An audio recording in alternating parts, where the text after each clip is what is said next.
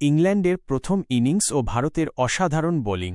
তৃতীয় দিনের শুরুতে ইংল্যান্ডের স্কোর ছিল ৩ উইকেটে ৭৭ রান। মোহাম্মদ সিরাজ দিনের শুরুটা দুর্দান্ত করেন। তিনি জো রুট ২২ এবং বেন স্টোকস গোল্ডেন ডাক কে পরপর বলে আউট করে ইংল্যান্ডকে ৮৪ রানে ৫ উইকেট হারিয়ে দেন। দেখে মনে হচ্ছিল ইংল্যান্ড দ্রুত অল আউট হয়ে যাবে।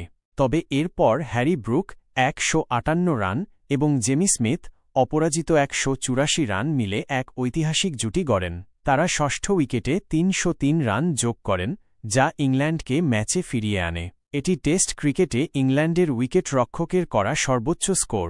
এই জুটির সময় ভারতীয় বোলাররা, বিশেষ করে প্রসিদ্ধ কৃষ্ণা, বেশ ব্যয়বহুল প্রমাণিত হন। কিন্তু নতুন বল নেওয়ার পরই ভারতীয় বোলাররা দারুণভাবে ফিরে আসেন। মোহাম্মদ সিরাজ এবং আকাশদীপ মিলে ইংল্যান্ডের লোয়ার অর্ডারকে পুরোপুরি বিধ্বস্ত করেন। মোহাম্মদ সিরাজ ৭০ রানে ৬ উইকেট নেন, যখন আকাশদীপ ৮৮ রানে ৪ উইকেট শিকার করেন।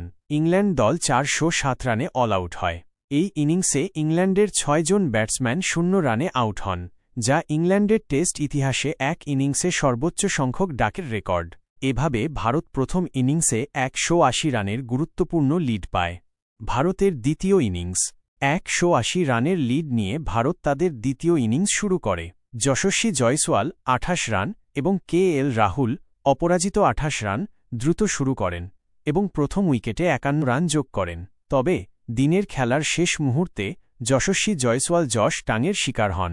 তৃতীয় দিনের খেলা শেষে ভারতের স্কোর ছিল ১ উইকেটে ৬৪ রান, যেখানে কে এল রাহুল ২৮ এবং করুণ নায়ার ৭ রান করে ক্রিজে ছিলেন। এইভাবে ভারতের মোট লিড ২৪৪ রান হয়েছে। সব মিলিয়ে তৃতীয় দিনে ভারত কিছু কঠিন মুহূর্তের মুখোমুখি হয়েছিল, কিন্তু বোলারদের এবং তারপর ওপেনারদের দ্রুত শুরু তাদের ম্যাচে শক্তিশালী অবস্থানে নিয়ে এসেছে।